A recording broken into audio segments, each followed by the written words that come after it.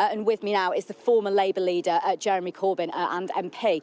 Mr Corbyn, just explain to me exactly what you are calling for here today. P&O have received a lot of money from the government during COVID. They get a lot of government contracts. They behaved in a disgusting and disgraceful way by sacking 800 workers. What we're demanding of the government is immediate intervention to say to P&O, stop that action, reinstate those 800 workers. And if you don't do that, we'll take over your assets and we will prevent you operating as a company. You cannot allow a famous name, an iconic company like P&O to behave like this in modern Britain and call it a civilised modern nation. Well, the government has already warned, of course, of ramifications for P&O Ferries. They say they are investigating what is happening, seeing whether it actually is legal. Do you not think they're doing enough? I don't think they're doing enough at all. The minister's saying he has sympathies but doesn't have powers. The government said they're looking at the ramifications. The ramifications are 800 people have lost their jobs. Families in Larne, in Liverpool, in Hull, in Dover, in London are wondering what the future holds. And a group of other people have been brought in on worse conditions, worse wages. We don't know what qualifications they have. We don't know what the safety is going to be like on these vessels in the future. And this company, at the same time, has money to throw at golf and Formula One.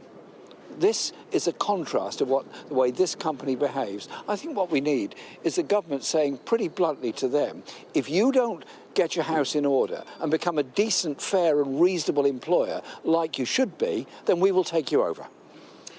We've heard the Labour Party today saying that they are calling for the removal of DP World from the government's Transport Advisory Group, the clawing back of government COVID support given to DP World, the outlawing of fire and rehire.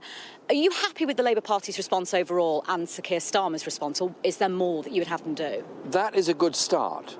And it is a very good start. But at the end of the day, if that doesn't work, we've got to go further than that. Look, this is an island nation. We are a seafaring nation. We're a trading nation. We need transport. We need ships. And we need them to be safely and properly crewed. We need staff that are properly paid and employed upon them. And I think we should be prepared to say, well, if P&O are not going to be prepared to do the job properly, we will then make it a publicly owned company and run it properly.